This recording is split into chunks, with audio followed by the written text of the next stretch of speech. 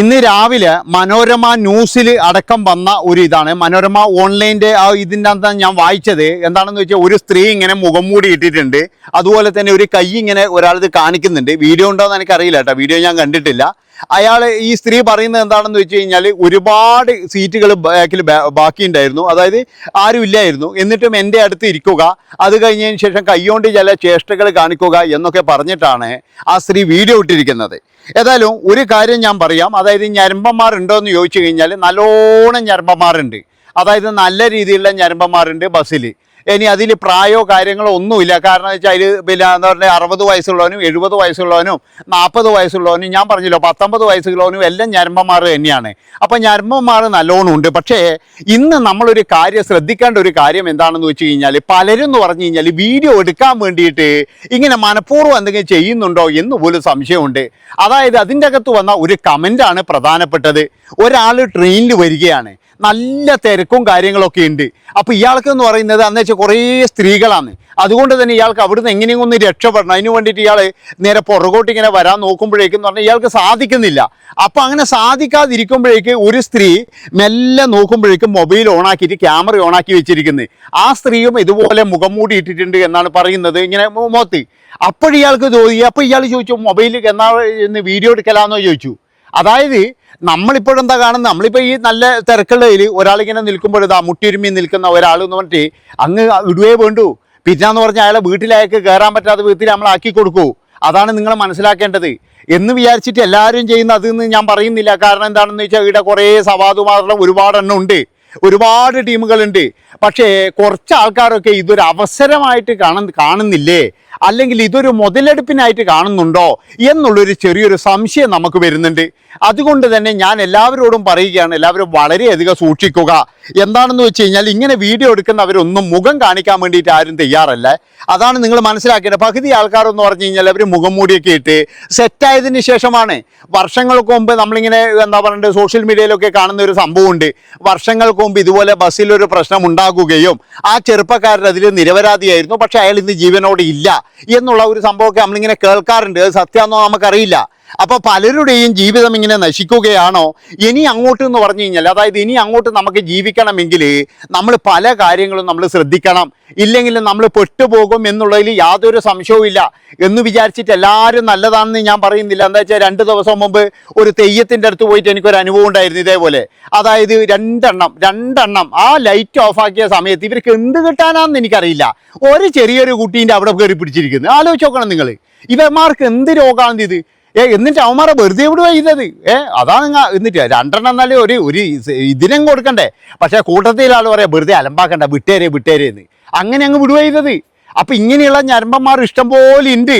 അപ്പോഴും ഞാൻ പറയുകയാണ്, ചില ആൾക്കാരൊക്കെ ഇതെന്ന് പറയുന്നത് ഇനി അവരുടെ നേട്ടത്തിന് ഉപയോഗിക്കുന്നുണ്ടോ എന്നുള്ള ഒരു സംശയമുണ്ട്. അതുകൊണ്ട് വളരെയധികം സൂക്ഷിക്കണം. ആണായാലും പെണ്ണായാലും സൂക്ഷിക്കണം. ഇനിയിപ്പോഴും എന്ന് പറഞ്ഞാൽ ഏതെങ്കിലും ആണുങ്ങളെടുത്ത് ഇടുമോയെന്ന് പറയാൻ പറ്റില്ല. അതാ ഈ എന്നെ മുട്ടി എരുമി നിൽക്കുന്നു പറഞ്ഞ് അതും പറയാൻ പറ്റില്ല. ഇനി അങ്ങോട്ട് അങ്ങനെയും വരും. അതായത് ഇന്ന് എല്ലാവർക്കും വേണ്ടത് എന്ന് പറഞ്ഞാൽ വൈറലാകുക എന്നുള്ളൊരു ലക്ഷ്യമുള്ള ഒരുപാട് ആൾക്കാരുണ്ട്. എന്ത് തെണ്ടിത്തരം ചെയ്തിട്ടും വൈറലാകുക. അമ്മയെ കല്യാണം കഴിപ്പിച്ചിട്ട് വൈറലാകുന്നവർ, അച്ഛനെ കല്യാണം കഴിപ്പിച്ച് വൈറലാകുന്നവർ, ഭർത്താവിനെ ചവിട്ടി ഒഴിവാക്കിയിട്ട് വൈറലാകുന്നവർ, ഭാര്യയെ ഒഴിവാക്കിയിട്ട് വൈറലാകുന്നവർ. ഇതിനിടയ്ക്ക് ഒരു വ്ളോഗർ നമ്മൾ കണ്ടില്ലേ, 10-16 വർഷം അവരൊരുമിച്ച് ജീവിച്ചതാണ്, അതുപോലെ 4-5 മക്കളുള്ളതാണ്, അതുപോലെ പിന്നെ ഇഷ്ടംപോലെ പണമുള്ളതാണ്.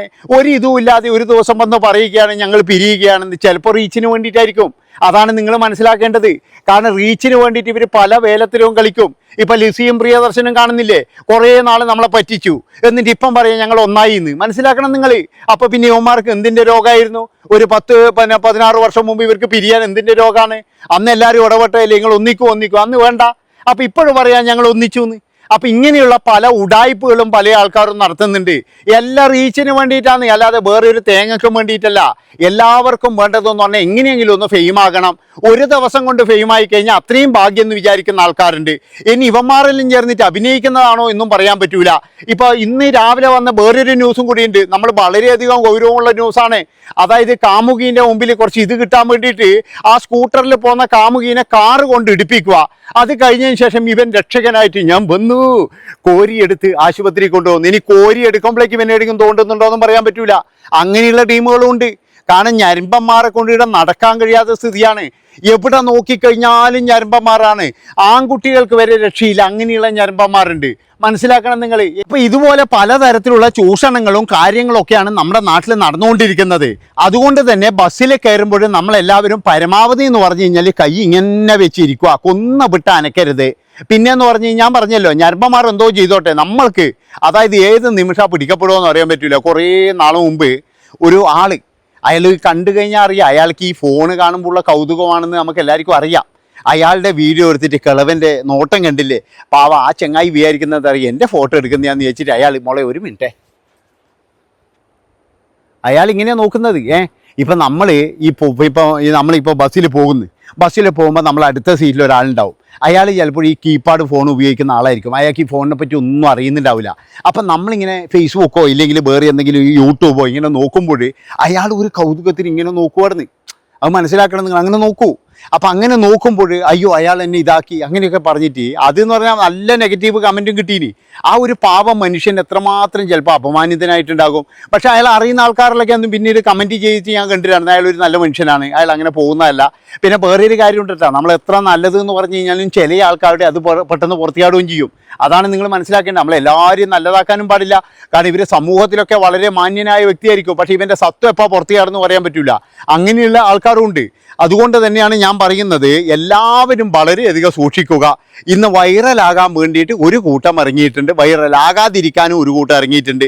അതുകൊണ്ട് തന്നെ ഇങ്ങനെയുള്ള കാര്യങ്ങളൊക്കെ വരുമ്പോൾ പ്രത്യേകിച്ച് എന്ന് പറഞ്ഞാൽ മുഖംമൂടി അണിഞ്ഞ് ചിലപ്പോൾ ചില ആൾക്കാർ വീഡിയോയും കാര്യങ്ങളൊക്കെ എടുത്തിട്ടുണ്ടെങ്കിൽ എൻ്റെ പൊന്നു മക്കളെ നിങ്ങൾ പെട്ടു എന്നേ ഞാൻ പറയുള്ളൂ. അതായത് പിറ്റേ ദിവസം മുതൽ അതിൻ്റെ സത്യാവസ്ഥ അറിയണം. അതായത് അയാൾ എന്തെങ്കിലും ചെയ്തിട്ടുണ്ടോ, അയാൾ ചെയ്തിട്ടുണ്ടെങ്കിൽ ആ നിമിഷം പ്രതികരിക്കുക, ഇല്ലെങ്കിൽ അവനെ പോലീസിൽ പിടിച്ചേൽപ്പിക്കുക.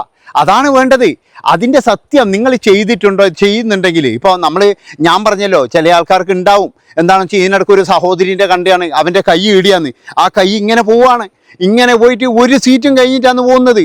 ആടെ പോയിട്ട് അവൻ ഇങ്ങനെ തടിക്കൊണ്ടിരിക്കുന്നത്, ആ പെൺകുട്ടി ആ പെണ്ണ് പേടിച്ച് പറിച്ചിരിക്കുന്നത്. പക്ഷെ അതിൻ്റെ സഹോദരിക്ക് ഇത് കണ്ടു, അവർ നല്ലോണം കൊടുക്കുകയും ചെയ്തു ആടുന്ന്. മനസ്സിലായി? ഇങ്ങനെയുള്ള കാര്യങ്ങളൊക്കെ നമ്മുടെ നാട്ടിൽ ഇഷ്ടംപോലെ നടക്കുന്നുണ്ട്. എന്നാലും ഇതിൻ്റെ ഇടയിൽ ചില കള്ള നാണയങ്ങളുണ്ടാകും. അത് നിങ്ങൾ വളരെയധികം സൂക്ഷിക്കണം. പ്രത്യേകിച്ച് എന്ന് പറഞ്ഞു കഴിഞ്ഞാൽ ഇതിൻ്റെ പുറകിൽ എന്ന് പറഞ്ഞാൽ നമ്മളെല്ലാവരും ധൈര്യശാലികളാണ്, ഇതൊക്കെയാണെന്ന് വിചാരിക്കുന്നുണ്ടെങ്കിലും ആണുങ്ങളോട് കടുത്ത വെറുപ്പുള്ള ഒരു കൂട്ടം ആൾക്കാരുണ്ട്. അവരെ നമ്മൾ വളരെയധികം സൂക്ഷിക്കണം. കാരണം എങ്ങനെയെങ്കിലും ഇവന്മാരെ നാറ്റിക്കണം എന്ന് കരുതിയിട്ട് നടക്കുന്ന ആൾക്കാരുണ്ട്. അത് ആർക്കും വരാം. നാളെ ഇപ്പോഴും ഞാൻ ഒരു ബസ് കയറി എന്ന് വിചാരിച്ചോ, വെറുതെ ഒന്ന് പറഞ്ഞു അയ്യോ എന്നെ തൊട്ടേ എന്ന് പറഞ്ഞാൽ മതി, ഞാൻ കുടുങ്ങി, ഞാൻ തീർന്നു. അങ്ങനെ പലരും അങ്ങനെ ഇതുണ്ട്. ഇപ്പോൾ തന്നെ പല കേസുകളിലും നമ്മൾ കാണുന്നില്ലേ, അങ്ങനെയുള്ള ഒരുപാട് കേസുകളുണ്ട്. പക്ഷേ ഇതൊരു ദിവസം കൊണ്ടെന്ന് പറഞ്ഞാൽ ഇതെല്ലാം നാറ്റക്കേസായിട്ട് വന്നു. കുറേ നാൾ കഴിയുമ്പോഴേക്ക് ഇതൊന്നും ഇല്ലാണ്ടാകും. എന്തിനധികമാണ് നിവിൻ പോളി അന്ന് മുൻകൂർ ജാമ്യത്തിന് ഓടിയിട്ടുണ്ടെങ്കിൽ നിവിൻ പോളി പെട്ടില്ലേ? നിവിൻ പോളി എന്ത് ചെയ്തു? ഇത് തെളിയിക്കാൻ വേണ്ടി പോയി. ഞാൻ അന്നത്തെ ദിവസം കൊച്ചിയിൽ ഇന്ന സ്ഥലത്തായിരുന്നു. ആ ആൾക്കാരെ മുഴുവൻ 2 ബസ്സിലാണ് ഇയാൾ വേണമെങ്കിൽ ഞാൻ കൊണ്ടുവരാമെന്ന് പറഞ്ഞത്. അതായത് അവിടെ പങ്കെടുത്ത ആൾക്കാരെ മുഴുവൻ. അങ്ങനെ അയാൾ തെളിയിച്ചില്ലേ ഞാനന്ന് ദുബായിലില്ലാന്ന്. അപ്പം അങ്ങനെയുള്ള നുണകളും ഇവിടെ ഒരുപാടുണ്ട്. അതുകൊണ്ട് നമ്മളെല്ലാം കാണുന്നതൊക്കെ ശരിയാണെന്ന് വിചാരിക്കരുത്. വളരെയധികം സൂക്ഷിക്കുക. ഇല്ലെങ്കിൽ മക്കളുടെ മുന്നിൽ നാറ്റ കേസ് തന്നെയായിരിക്കും. നന്ദി, നമസ്കാരം.